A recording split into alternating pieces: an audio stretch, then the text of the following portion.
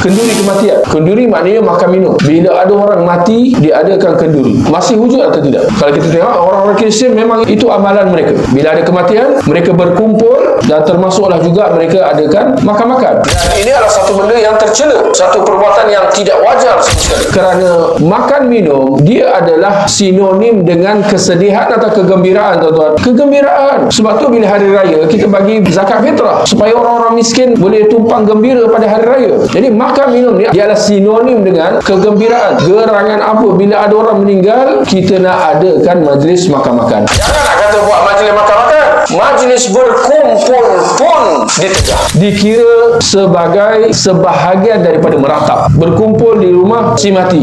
Berkumpul tu apa? Kalau nak menguruskan jenazahnya, bagus. Tinggal lagi segerakan jenazah itu. Tapi dah selesai jenazah itu, jangan nak kumpul-kumpul lagi. Nak kumpul-kumpul nak buat apa? Kerana dalam keadaan macam tu, dia antara dua. Waktu itu sama ada akan berbual-bual menyebut hal tentang si mati, yang mana itu akan membangkitkan kesedihan, silap langkah akan meratap. Kalau kita dah berkumpul-kumpul di rumah Allahyarham, kita nak borak-borak apa? Takkan nak borak tentang bola sepak? Oh, tak kena pula. Kita ceritalah tentang arwah Allahyarham, apa jasa dia, apa pengalaman dan sebagainya. Dan kita akan timbul rasa sedih, hiba. Ini tidak wajar. Jika tidak, berbual-bual kosong pun tidak wajar. Apa pula? Dah ada orang mati, kita nak cerita pasal hal-hal kedai kopi dan sebagainya. Subhanallah, lihat kenapa Islam tegah daripada berkumpul-kumpul selepas kematian. Tidak lain dan tidak bukan untuk elak daripada hal-hal yang tidak wajar seperti ini, menimbulkan kesedihan atau berbual-bual tentang hal dunia dalam suasana ada orang baru meninggal dunia. Itu perkara yang tidak wajar. Tak kira diadakan kenduri kematian di rumah, di masjid, tetap tidak ada dalam ajaran Islam.